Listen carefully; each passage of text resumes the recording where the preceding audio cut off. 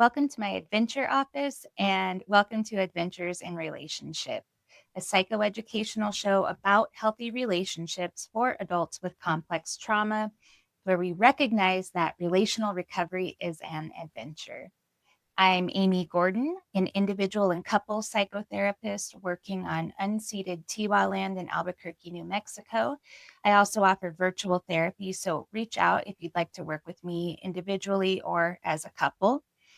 If you didn't take a good look at the title for this episode, I want to offer a content notice, sometimes referred to as a trigger warning. I will be discussing many forms of abuse in this episode. As always, these videos and this podcast are intended for adults. If you're not in a good place for exploring or listening to material about the topic of abuse, please don't watch or listen to this episode. Okay. To begin, it's not uncommon for adults with complex trauma to question whether their relationship is salvageable. You might feel like you're stuck between a rock and a hard place. The question of should I say or should I go can take up a lot of mental bandwidth. And I can't answer this question for you, but I want to offer some considerations in making your own informed decision. This is going to be a two-part series, I guess you could say. So, this first part, we're talking a little bit more about abuse. The second part, we're going to talk about some other considerations. But off the bat, I will mention stabilizing and healing a tumultuous relationship requires a suspension of disbelief that change is possible. That being said, adults with complex trauma are more likely than others to find themselves in relationships with abusive dynamics. Although I will normalize this fact, I also want to be very, very clear that abuse is a serious matter and can become life threatening. If you're in a relationship where you're being physically harmed, which also includes sexual abuse, it's essential to enlist the help of professionals and or trustworthy loved ones for support in safely exiting the relationship. I know this is easier said than done. There are emotional, financial, logistical barriers, among others, that make leaving complicated and incredibly dangerous. There's no excuse for physical violence, ever. But therapists tend to relay the message that any degree of abuse in a relationship means you must leave. This stance is often grounded in legitimate concern. Abuse can be very dangerous, it can escalate, it can become deadly. And clinicians are trained to prioritize safety. They carry ethical and legal responsibility when working with clients where harm is present. But concern for their own liability can supersede a lot of clinicians' willingness to engage the topic of abuse in a nuanced way instead of helping clients navigate abusive dynamics. And once again, or just to be clear, I'm referring to more mundane, I guess, if you want to call it that, abusive behavior, not physical violence, sexual violence, nothing extreme, but abusive behavior in relationships is common for adults with complex trauma.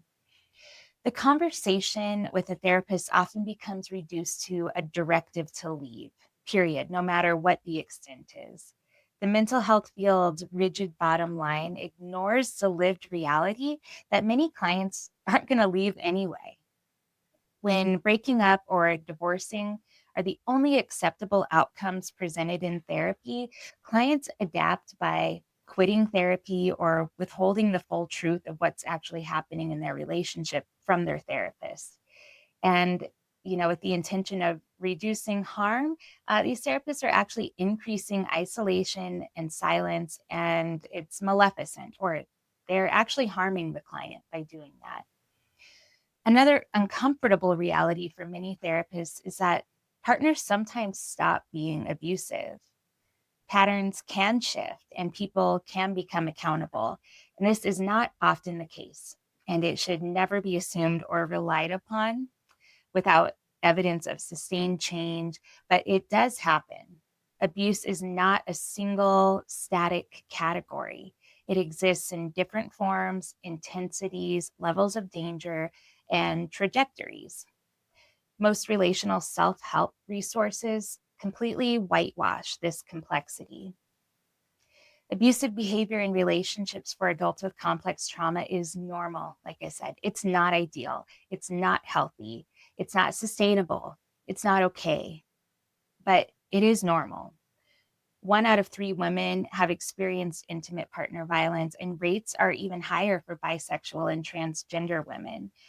Although most relationships are not defined by overt, severe violence, many do contain some degree of abusive behavior. Moments of control, manipulation, coercion, intimidation, or other forms of psychological or emotional harm. And there's a difference between abuse showing up in a relationship and a relationship that is fundamentally abusive. There are shades of gray, once again. This matter is often kind of skimmed over or simplified, oversimplified, and whitewashed in clinical and self help contexts. So that's the purpose of this episode, to really talk about it more. A general definition of abuse is any interpersonal behavior that is deliberately or even inadvertently frightening, manipulative, controlling, or harmful to another person. The distinction between deliberate abuse and inadvertent abuse matters when we're considering accountability and the potential for change. But harm itself, in many ways, is a subjective experience as much as beauty is in the eye of the beholder. And even though historically violence has been defined by its intention to harm, we do understand these days that intent is not as important as impact. A person can feel deeply harmed regardless of whether the other intended that outcome. In fact, we often know that people who cause the most harm don't intend to do so, or are not aware.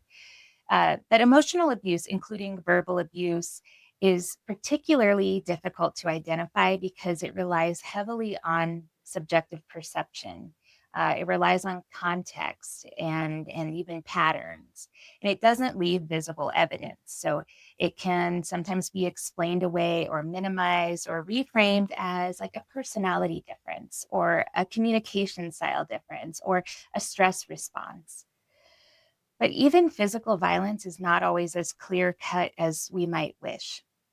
Someone, let's say, throwing a plastic cup, let's say an empty plastic cup, a disposable empty plastic cup across a room, um, might be acting aggressively, but it's definitely not the same as throwing a ceramic mug directly at somebody, which happens. And I'm sure if you're watching or listening to this, you have a number of your own examples of these kind of nuanced interpretations. Throwing a cup as abusive, um, it just looks different, kind of depending on which scenario we're looking at. Also, size and strength matter when someone is, let's say, accidentally, in quotes, bumping into their partner. And it might be an accident, it might not. And sometimes it's genuinely difficult to determine whether an action was accidental. And, if we consider the human propensity to dissociate, dysregulate, or use substances, even accidents exist on a spectrum. People can act without full consciousness or without full awareness, but it does complicate the way we understand abusive behavior in relationships. I'll repeat that I'm not endorsing the acceptability of violence or any type of abuse. I'm not suggesting that harm should be tolerated or minimized or excused. I'm naming these dynamics because so many therapists avoid the topic altogether and or engage it in a way that shuts down exploration.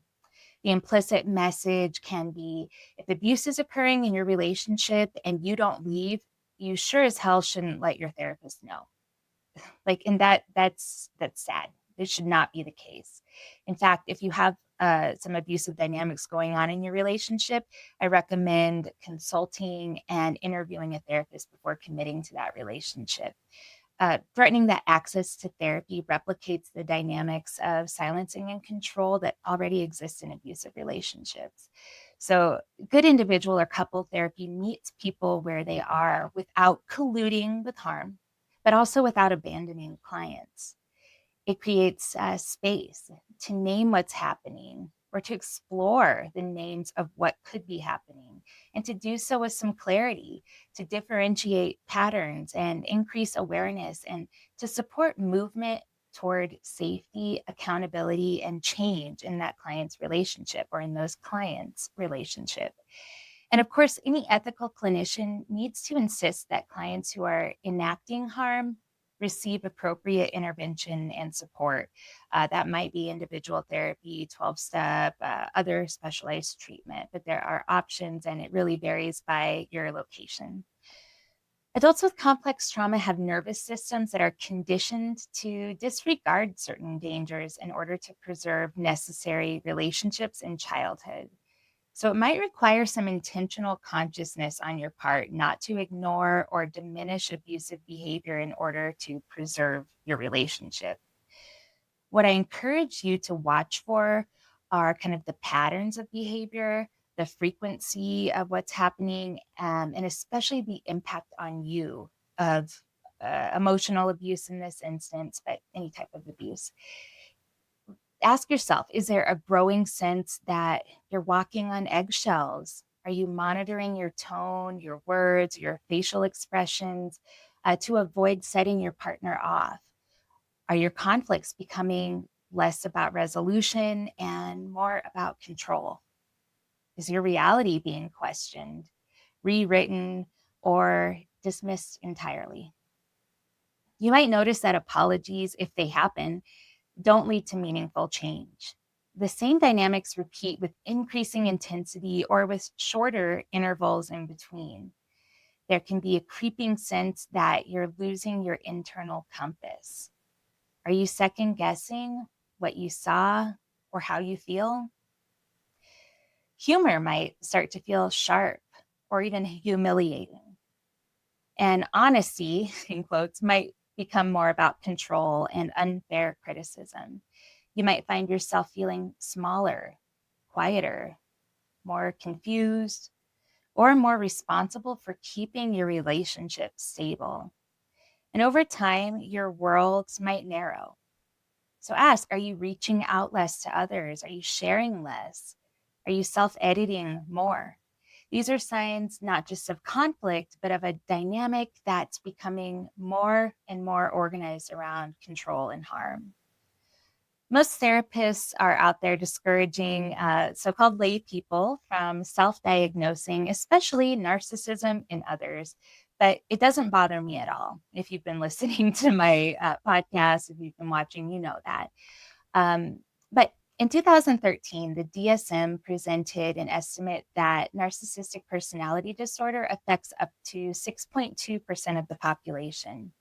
Given that adults with complex trauma are more likely to date somebody with a personality disorder than the average person, consider how many people you've dated. It's not unlikely that you've dated somebody with narcissistic personality disorder. Besides, calling somebody a narcissist simply implies that they have narcissistic qualities or narcissistic tendencies, not the full criteria for a personality disorder, according to the DSM. And I'm certain at least 10% of the population is narcissistic. There's a good reason that, lay people are talking about narcissism. It's a really relevant topic in this community of folks with complex PTSD. But it's not just narcissists enacting abuse in relationships. All insecure attachment styles are associated with a personality disorder. And of course, that results from developmentally dysfunctional childhood contexts. And just a reminder that developmentally dysfunctional childhood contexts equal complex trauma. Abuse is not even remotely limited to these examples, but I'm going to offer you some. So, these examples of abuse might come from partners with different attachment styles, and they could include physical boundary violations like tickling, spanking, or spitting when you've asked the person not to, or major property destruction, like punching holes in the wall. These tend to be more antisocial behaviors, which are most often enacted by disorganized attachers. More minor destruction of property, like let's say ripping up a photograph, that kind of triggers them, or throwing away your belongings without your consent, as well as privacy violations like looking through your drawers or your journal or your phone or your computer. They're more common, like so-called borderline behaviors, and are most often enacted by anxious attachers. And criticizing your appearance, your identity, your life choices, or controlling access to money, media, or relationships in your life, those are examples of narcissistic behaviors that are most often enacted by avoidant attachers. So, antisocial or disorganized abuse can be described as explosive, startling, and seemingly uncontrolled. Their overwhelming emotions can lead to volatility and tirades that feel like they're out of nowhere. The closest weather phenomenon I can compare this to would be like a tornado. Borderline or anxious abuse is often typified by behavior meant to punish, coerce empathy, or otherwise manipulate a partner into behaving in ways that feel less threatening. This weather feels more like flooding, like a tsunami or a monsoon. And narcissistic or avoidant abuse tends to feel more calculated and dry, like an arid desert or a dust storm. Being on the receiving end is going to feel like you're being puppeteered into losing your authenticity or your autonomy in order to satisfy your partner's ego. So consider these tendencies in contrast with your own emotional safety needs as you proceed in assessing your relationship. Some people are more affected than others by overt, covert, or unconscious attempts at gaslighting, intimidation, or any form of relational destabilization. And the degree of severity of abusive behavior is ultimately determined by its effect on you, the partner, mostly based on your pre-existing vulnerability, actually. Harm, is not defined by intent, but intent might inform whether your partner is willing to make changes. I'm sadly aware that the vast majority of the content so far for considering this dilemma of like, should I stay or should I go, has to do with understanding what abusive dynamics exist in your relationship. The reality is that this is not what most people who don't have complex trauma have to contemplate. But for us, it's a matter of utmost importance. And it's not that scanning the environment for danger is new to trauma survivors. But we do need to tune up our equipment, our nervous systems, our awareness, our consciousness, so that we can pick up signs of abusive hazards that our specific trauma programming creates gaps in awareness around. So, in broad strokes, any type of abuse you endured or witnessed in childhood likely resulted in your nervous system developing defensive strategies like denial or repression regarding your ability to perceive the warning bells, the red flags, the hazard signs, whatever metaphor you want to use. And adults with complex trauma rarely, if ever, witnessed healthy adult romantic relationships during their childhood. We simply didn't have a model to emulate, and we struggle to understand what is healthy, understandable, or even forgivable in a romantic relationship. We fumble through our early relationships. God knows I did, with no real point of reference to reconcile our confusion. And it's a really painful endeavor fumbling through relationships with no guide, no map, no compass. We picked up on a few trail markers over time, but we're often behind our peers in terms of relational development. You might have or are now watching as others build stable lives in a way that feels inaccessible to you. Complex trauma leaves us feeling trapped between a rock and a hard place.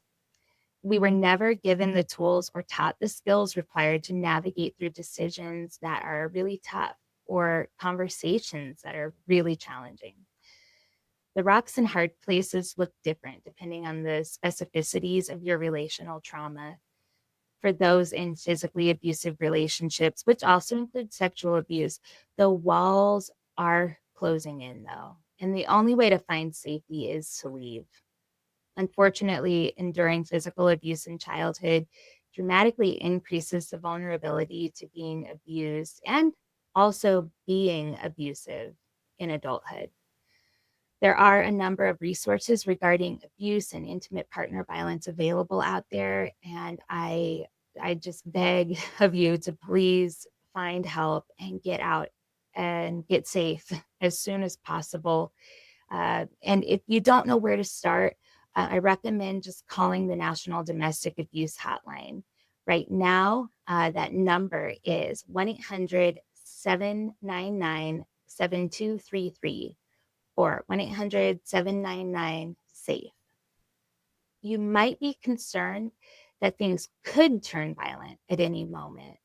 You might be experiencing escalating and increasingly frightening reactivity from your partner. Maybe something was thrown. Maybe a doorway was blocked. Maybe a threat was made. This could look so many different ways, but it's a really tight spot to be in. And these experiences are nothing to scoff at.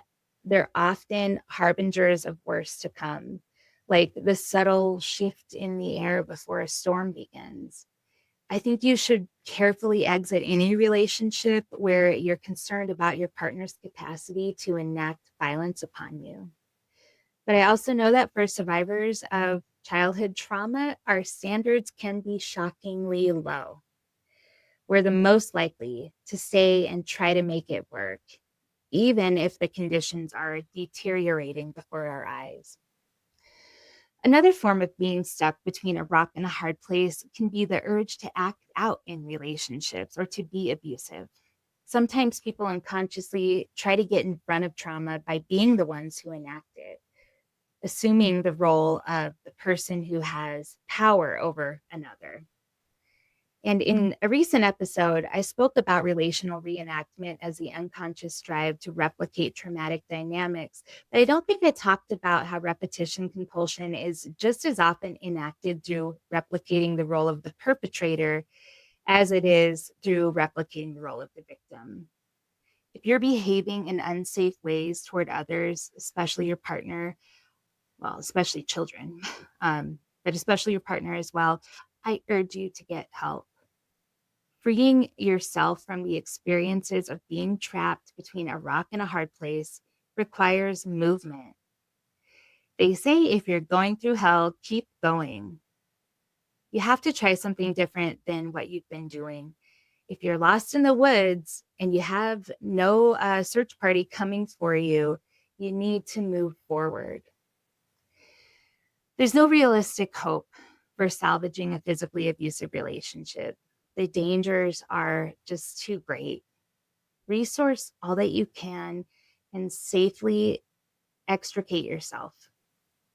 Even in extenuating circumstances, such as physical violence beginning at the onset of a neurocognitive disorder or abuse discontinuing with long term addiction recovery, your safety needs to come first and foremost, which means getting a lot of physical distance between yourself and that other person, the abuser.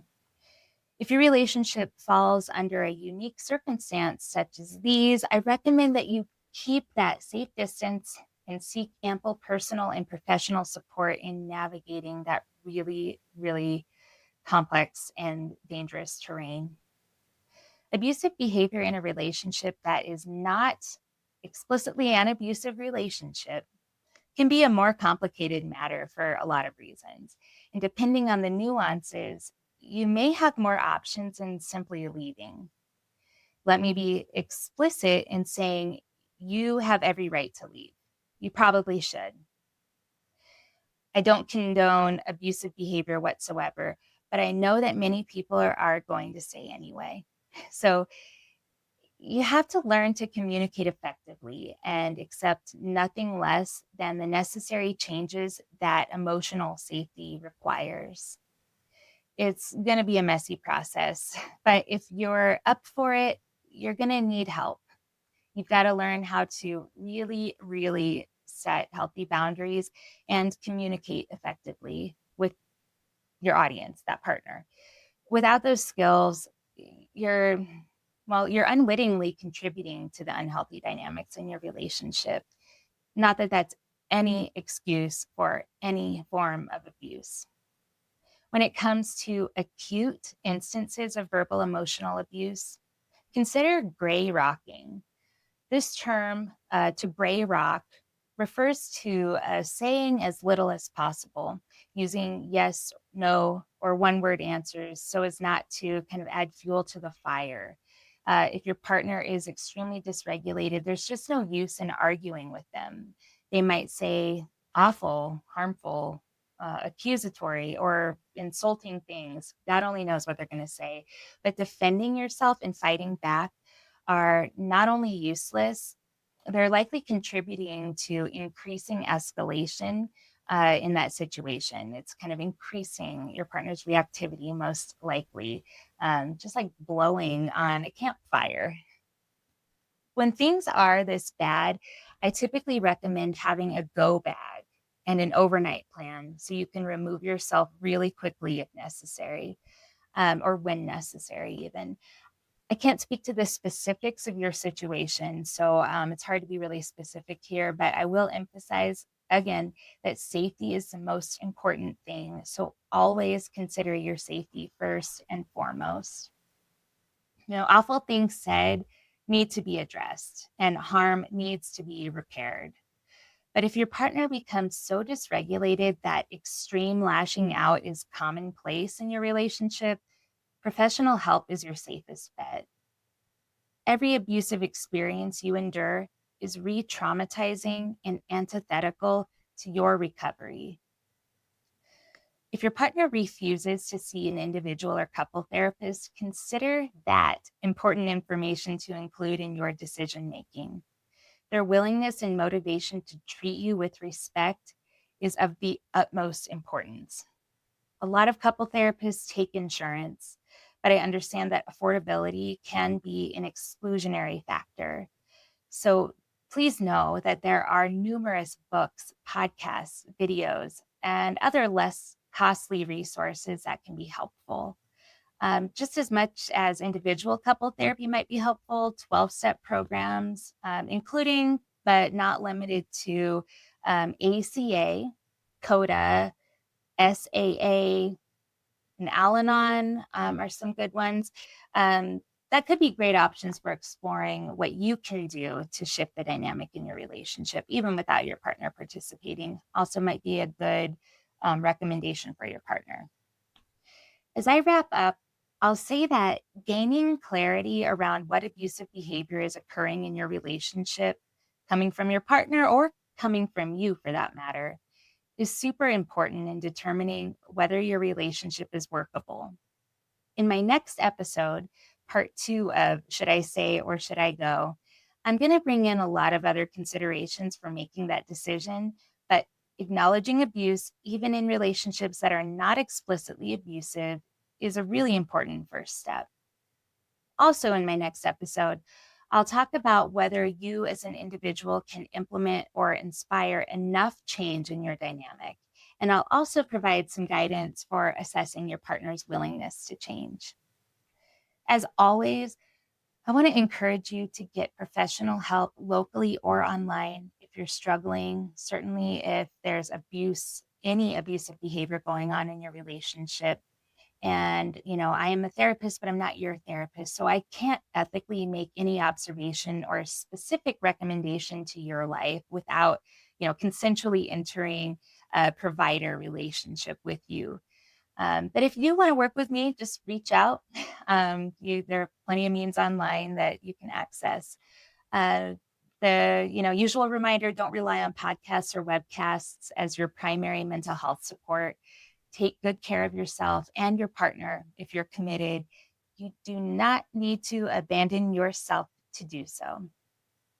I really appreciate you taking the time to watch or listen to this today. My mission, as always, is to help adults with complex trauma find emotional freedom and learn how to thrive in relationship. If you can take a moment to subscribe, follow, rate, share, review, all those words, it's really, really helpful. And it would just be greatly appreciated by me. So thank you so much for watching or listening, and I'll see you next time.